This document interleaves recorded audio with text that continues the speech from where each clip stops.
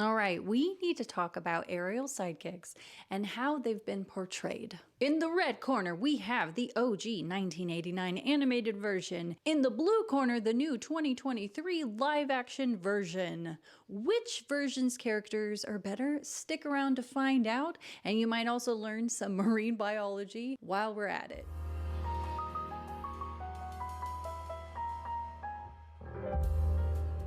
Hello, darlings, and welcome to Performance Perspective, where we watch different musicals and then we share our perspectives.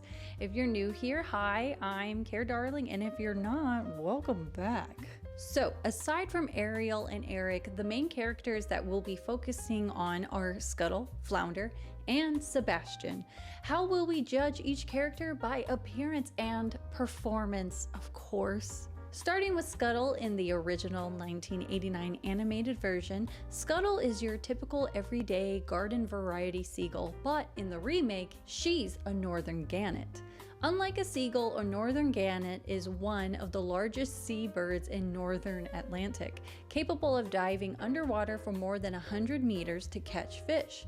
Now, some of you probably wondering, what in the doodah heck is Care talking about, and why is a change in seabird species so important? Well, this switch enabled an interesting change in creative direction. As she's now a northern gannet, why do I say it like that? This allows a scene where Scuttle can swim down to talk to Ariel since she's not allowed to come to the surface. I have to be honest, it did trip me out to see Scuttle just talking underwater, but there was something that happened in that scene that I think helped provide an additional layer to the whole story. Scuttle swims down to eat some fish and Ariel isn't startled or considers this a problem.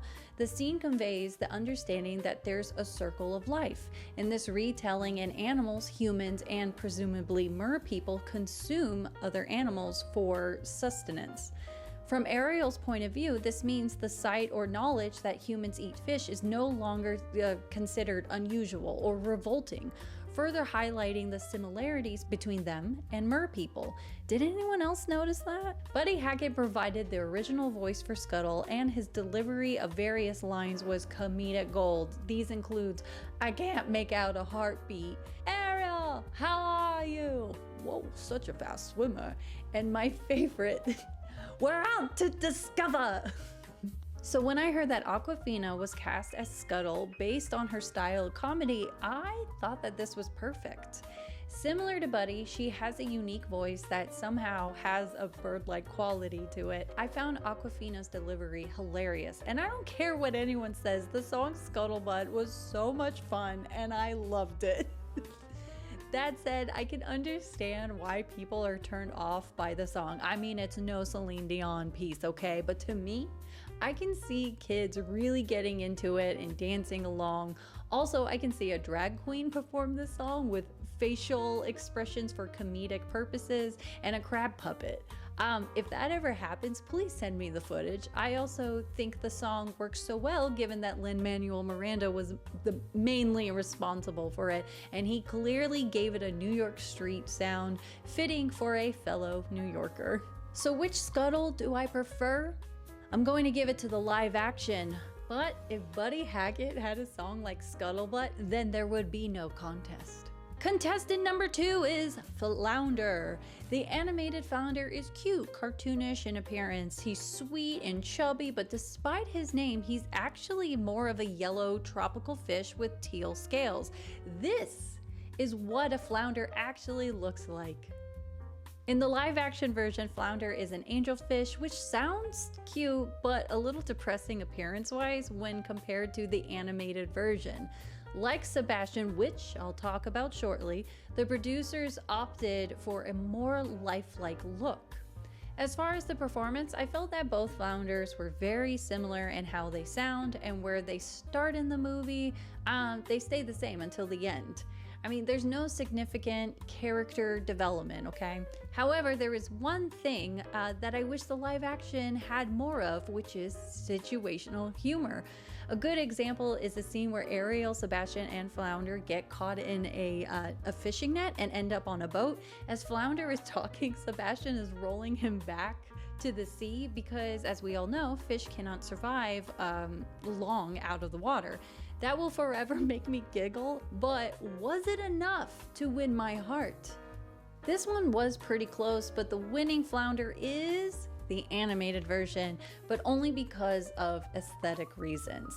Last but not least is Sebastian. The animated Sebastian is a vibrant red crustacean with tons of facial expressions. The line that I love was, "You got to put your lips like this." So when the live action gave us this, a version that was arguably more anatomically accurate, I realized we weren't going to get any facial expressions and that this version wouldn't be able to hide in his shell. As a side note, the appearance of characters in general has generated a lot of controversy online, which is frankly ridiculous. Firstly, there's a huge double standard being applied. In the case of Sebastian, no one seems to care that in the live action version, he actually looks like a crab that you find in the Caribbean, where the story is supposed to be set. Incidentally, for those of you that care, he's based on a tropical ghost crab. However, when it comes to Ariel's appearance, despite Halle Bailey's appearance ethnicity being appropriate for the Caribbean, there's been a lot of complaints that the producers didn't cast someone who looks more Danish. Why didn't it bug you to have a Caribbean crab in the animated version then? If that's not silly enough, I mean, do we really know what a mermaid actually looks like? Anyways, back to the comparison, and who am I kidding here? I didn't like Sebastian in the live action at all, and here's why. In the animated version, you learn a lot about Sebastian. He has a passion for music and is the royal conductor. It therefore makes sense that he's able to use his musical skills when he improvises in the song Kiss the Girl. You go on a journey with Sebastian because in the beginning, he's as tough as his shell. He believes in following the rules, so when Ariel has her legs, Sebastian loses his cool and rants that he has to take her back to her father.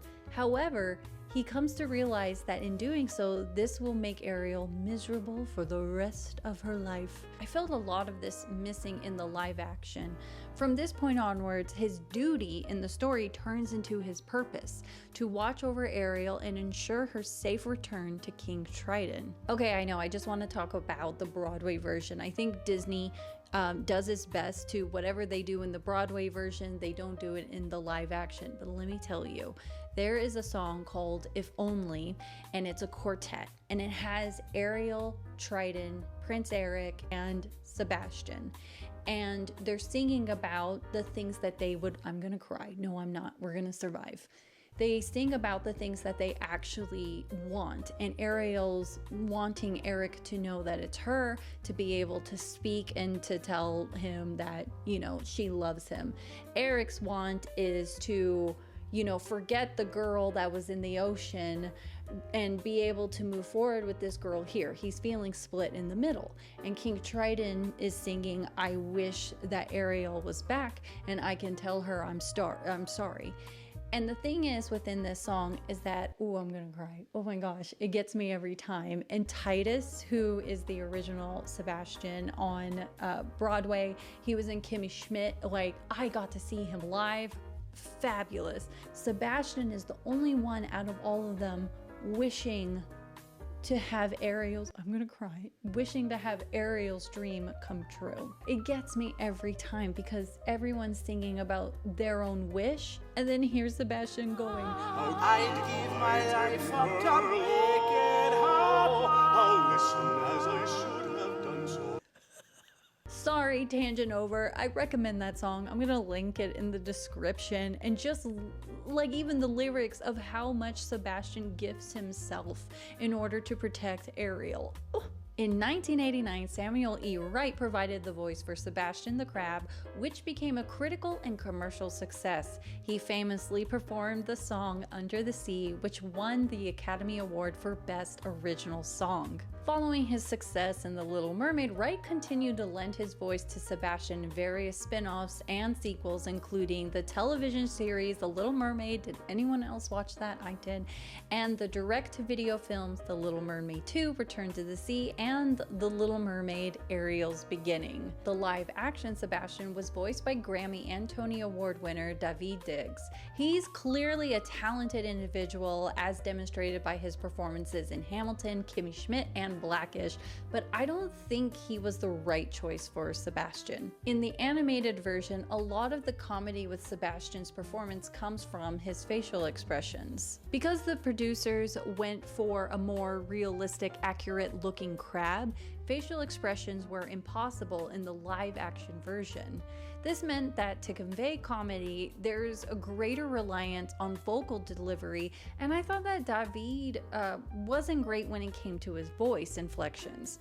When he sang the original songs, he kept delivering them with a growl, but of course he sounded good when rapping in Scuttlebutt, as the musical style naturally matched his voice. I actually blame Lin-Manuel Miranda because I feel he pushed for Daveed to be cast. There are, in my opinion, better choices to have been Sebastian. Jamie Foxx comes from a comedy background, and we know he can sing. He's great at impersonating, but I would love to see him create the character to be his own, but still be inspired by the original. Eddie Murphy is another alternate based on the character Donkey from Shrek, and we know he can sing from Dreamgirls. Even Anthony Mackie might be good. I don't know if he can sing, but his natural charisma and quick-witted humor would have been perfect for Sebastian. Plus, he's already in the Disney family, and I would love to see him portray a different character in the Disney universe. Anyways, I would love to know your thoughts about which version of the Sidekicks did you prefer and why. I love to talk about musicals, and I did an honest movie review about The Little Mermaid where I talk about what worked and what didn't. Also, I'll be releasing more Little Mermaid related videos, so if you're still around, don't forget to like and subscribe. And without further ado, take care, darling.